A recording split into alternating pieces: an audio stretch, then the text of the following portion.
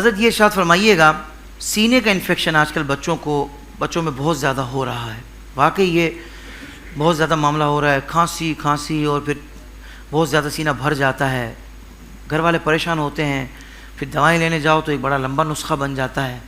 تو احتیاط بھی بتا دیں اور ساتھ وظیفہ بھی بتا دیں تو بڑا اچھا ہو جائے گا. بچے افیکٹڈ اس لیے زیادہ ہوتے ہیں کہ وہ نازک زیادہ ہوتے ہیں.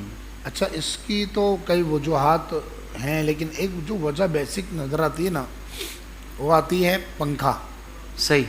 کیونکہ پنکھا مسلسل ایک جیسی ہوا دیتا ہے، اور جب مسلسل ہوا لگتی ہے تو ناک کے نالے خشک ہوتی ہے، بعض اوقات سینے کا انفیکشن. بالکل صحیح، بالکل صحیح. ٹھیک ہے. اور باقی تو جو اس فیلڈ کے ماہر ہیں، ڈاکٹر حضرات ہیں، طبیب ہیں، وہ آپ کو صحیح بتا سکیں گے. لیکن انشاءاللہ ہم وظیفہ عرض کرتے ہیں. اس سے پہلے میں ایک بات عرض کرنا چاہوں گا کہ کبھی جو بیماری ہو نا، حضرت ہمارے یہاں ایک بڑا المیہ ہے. المیہ کیا ہے کہ ہم جس فیلڈ میں ہمیں کام پڑے گا نا، ہم اس فیلڈ کے ماہر سے مشورہ نہیں کریں گے.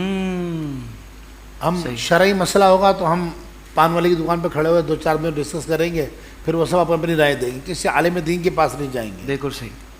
اور یہ تباہی. اسی طرح جب جیسے ابھی کورونا آیا تھا اور جو معاملات ہوئے، یعنی کہ کورونا خود پریشان ہو گیا ہوگا کہ کتنے نسخے نکل آئے تھے. ہر بندہ اپنے حساب سے یہ پی لو، وہ کاٹ کو کھا لو، اور یہ پیس کے پی لو.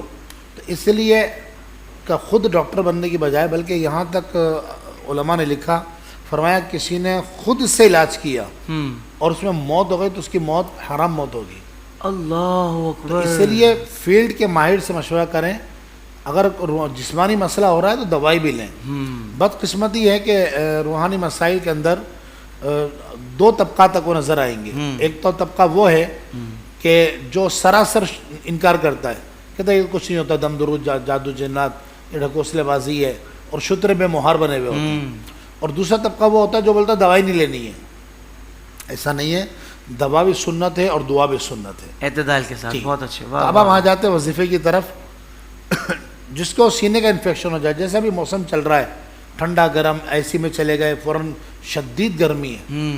آج جو ہے میں نکلا دوپہر کو تو مجھے اندازہ ہوا کہ اتنی شدید گرمی ہے، بہت زیادہ. اور اللہ پاک جو بیچارے مزدور محنت کرتے ہیں، اللہ پاک ان کے روزوں کو قبول فرمائے، اور بیوی بچوں کے لیے وہ جس طرح کوشش و کاوشیں کرتے ہیں.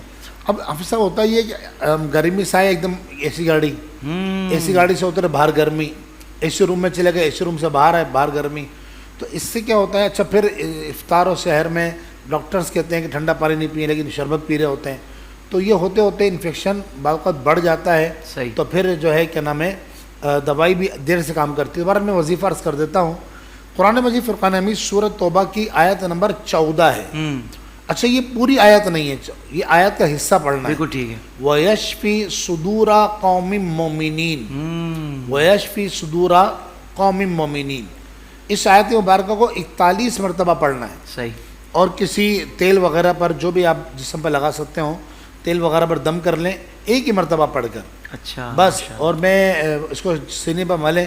اور الحمدللہ ہم نے دیکھا ہے کہ بعض اوقات دوائیوں سے فائدہ نہیں ہو رہا ہوتا ہے، خصوصاً بچوں میں، کہ جناب اینٹی بائیوٹک پلا دی ہیں اور بڑے بڑے ڈاکٹرس کو دکھا دیا ہے، چائلڈ اسپیشلسٹ کو دکھا دیا، لیکن بچے کو فائدہ نہیں ہو رہا ہے. تو پھر ہم نے یہ دیکھا یہ وظیفہ دیا گیا، الحمدللہ رب العالمین، اللہ نے شفا عطا فرمائی ہے. اور ساتھ ساتھ میں ایک بات اور عرض کروں گا کہ ہر گھر میں تقریباً بچے ہوتے ہیں چھوٹے. تو والدین کو چاہیے کہ اس کو 41 مرتبہ سورہ توبہ کی آیت نمبر 14 وَيَشْفِي صُدُورَ قَوْمٍ مُّؤْمِنِينَ یہ پڑھ کے دم پر دم کر کے رکھیں، تاکہ اللہ نہ کرے کسی کو انفیکشن ہو تو یہ کام آ سکے. بہت اچھے. اچھا، یہ تو ہو گیا تیل لگانے کا نا، کہ بچہ تیل لگا لے گا سینے پر.